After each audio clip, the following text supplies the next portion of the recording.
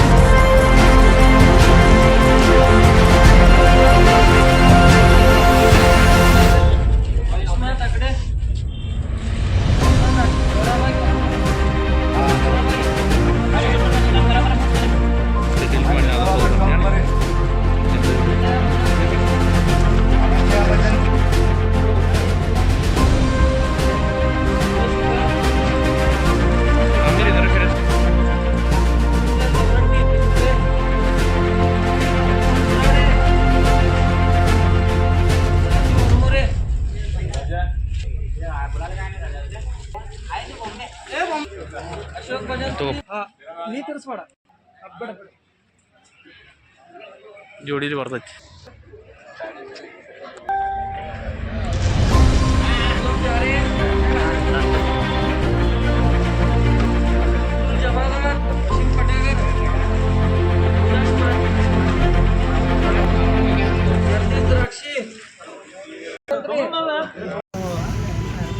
ನಮ್ಮ ಅತಿನಿಯ ಬೀದಿ ಬದಿ ವ್ಯಾಪಾರಸ್ಥರಿಗೆ ಒಂದು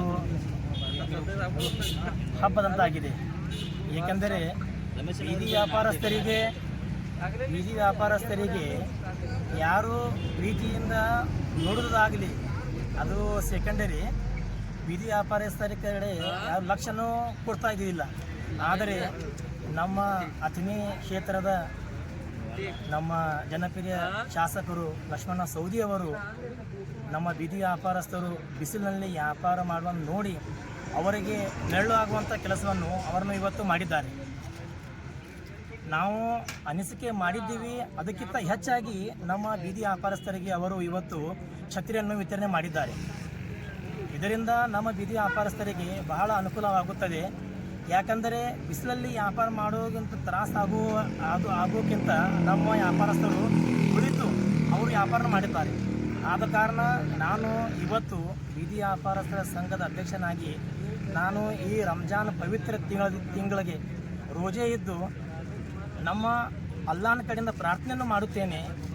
ಆದಷ್ಟು ಬೇಗ ನಮ್ಮ ಸಹಕಾರಿಗೆ ಮಂತ್ರಿ ಸ್ಥಾನ ಸಿಗಬೇಕು ಹಾಗೂ ಮುಂಬರುವ ದಿನದಲ್ಲಿ ಅವರು ನಮ್ಮ ಕರ್ನಾಟಕ ರಾಜ್ಯದ ಮುಖ್ಯಮಂತ್ರಿ ಆಗಬೇಕು ಅಂತ ಈ ಸಂದರ್ಭದಲ್ಲಿ ನಾನು ಹೇಳಕ್ಕೆ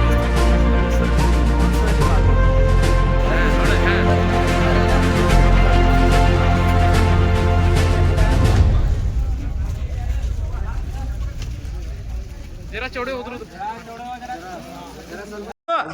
बाजू तो ना